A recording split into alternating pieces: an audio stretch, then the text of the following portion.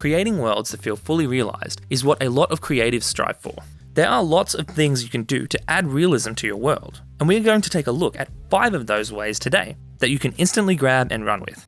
We will start small and work our way into more complex tips, with the third tip being the base idea for all of the tips that we are building off, so make sure that you stick around for that. And we are talking about the world, not the implementation, so I'm not going to waste time with tips like make the graphics more realistic. I've made sure that they are all applicable no matter what you are building. Alright, let's go, starting simple. Movement. Things in the real world move all the time. Very rarely is something perfectly still. Things that are perfectly still are actually off-putting sometimes. Adding a bit of movement to objects is a really simple way to instantly add some life to your game.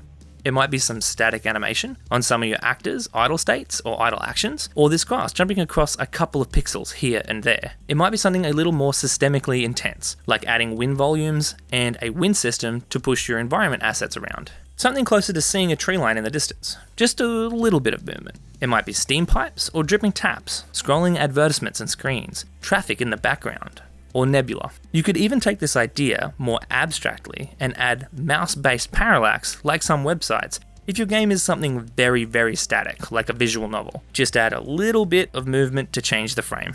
Whatever you choose, the difference a little bit of movement can make is quite substantial, and don't be afraid to exaggerate animations either. Sure, a pipe is probably going to be pretty static in real life, but adding a little bit of scale adjustment through a shader or an animation can make a background come alive in a game that is going for a more cartoony feel. Moving along, things that interact with the player. Adding to this idea of movement, when a player interacts with something, there is an opportunity to introduce movement. Bumping plants and branches out of the way as the player runs through a field or a jungle is a prime example. Puffs of dust when navigating an abandoned or collapsed building. Sand sliding or falling in the desert, all good to make it feel like the player is interacting with the space. You can take this idea further and add physics to props. Think debris in a city. This will let you kick cans around and rustle bits of paper on the ground. Make sure to keep an eye on your performance, but a little goes a long way. There's also bumping into or hitting things to break them or knock them over. Who doesn't love the classic barrel in a fantasy game? These last 2 tips help with our next tip, which is the crux of what we are going for with all of these tips. A world outside the player. If there is one thing to take away from this video, it is this. Are you listening? You ready? One of the best ways to make a world feel real is to allude to the idea that there is a wide world outside of the player, and that world doesn't care about what the player does. Think of this as like a guiding principle. It can be achieved in any number of ways. An easy, somewhat out-of-the-box way to achieve this is to add animals to your environments. Birds that fly away when you get too close. Monkeys in the trees in the jungle. Rats in a basement.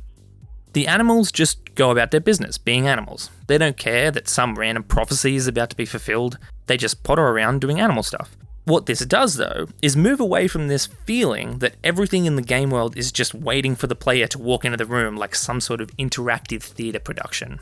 This idea can be built into the spaces you create too. Here in Ruiner, you need to go into a factory as part of the story. Notice all the machinery. This is an automated factory run by an AI.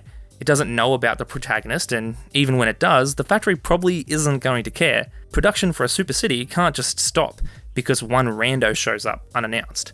The NPCs in most games are just going about their normal lives too, so the things that they say should seem pretty mundane. You can use these lines to allude to that wider world that we are talking about.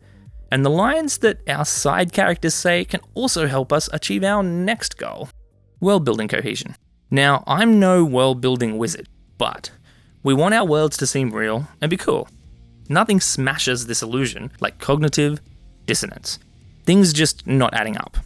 Jonathan Blow has spoken about how, when developing The Witness, the world of The Witness needed to be cohesive and make sense. He used the idea of a lighthouse that was on the island to illustrate his point. The lighthouse needed to be made of a particular kind of white stone. But from there, that would mean that there needed to be a way to get that white stone to build the lighthouse. So there needed to be either a harbour that would have been used to bring the stone in from offshore, or a quarry that the stone would have been excavated from somewhere on the island. And there needed to be a sloped pathway up to the lighthouse from the harbour, or the quarry, that would have been used to transport the large heavy stones up the hill. This kind of cohesion with the world design helps the world fit together well with itself.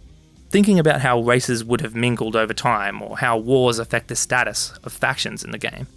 The Witcher is one game series that takes this idea seriously, each conflict affecting the wider world. One of my favourite examples of this, although it has been a while, is the elves in Dragon Age Origins. Based on the events of their past, before the game takes place, a portion of the remaining elves have taken residence in the human cities. After being forced from their homes, many elves don't have much to their name, so they live in slums and are generally seen as second-class citizens, and living in close proximity to humans has resulted in some elves taking on human traditions, and thus changing their behaviours in a coherent, consistent way. Alright, now don't freak out over this next one. Consequences or permanent change. This one is pretty self-explanatory. Unchanging outcomes that permanently affect the game. What everyone wanted from Mass Effect 3. Yes, that's a tired old joke, fight me. When we hear something like this, we usually think big, sweeping changes that branch the narrative and lock off parts of the story, make players play through the game 3 times. But while those narratives are awesome, and players love them, so do them if that's what you're after, it doesn't have to be anything nearly so drastic.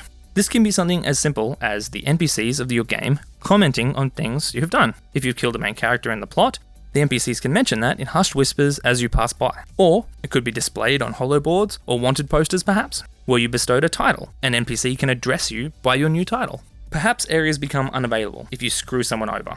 Or maybe store prices increase. Or you have/lose access to better items that are for sale. Did you burn down a building as part of a quest? When you return, it should probably be a charred shadow of what it once was. Thinking back to tip 3, maybe nature has moved in and small animals can be seen running around. Thinking of tip 4, this now provides a place of lower value within a neighbourhood. Will homeless or poor people move in? Or will little children come and jump around in the soot? Will a rumour start to spread about a vengeful spirit who torched the place? Think outside of the box and try to find little ways to add permanent change. These tips are all to do with realism, but you might also want some much more general game design tips that are useful in other places. Here's some tips that are all around a minute long, so really short and good bang for your buck. Here's a playlist, go and check them out. Thanks for watching, and I really need a sign-off line.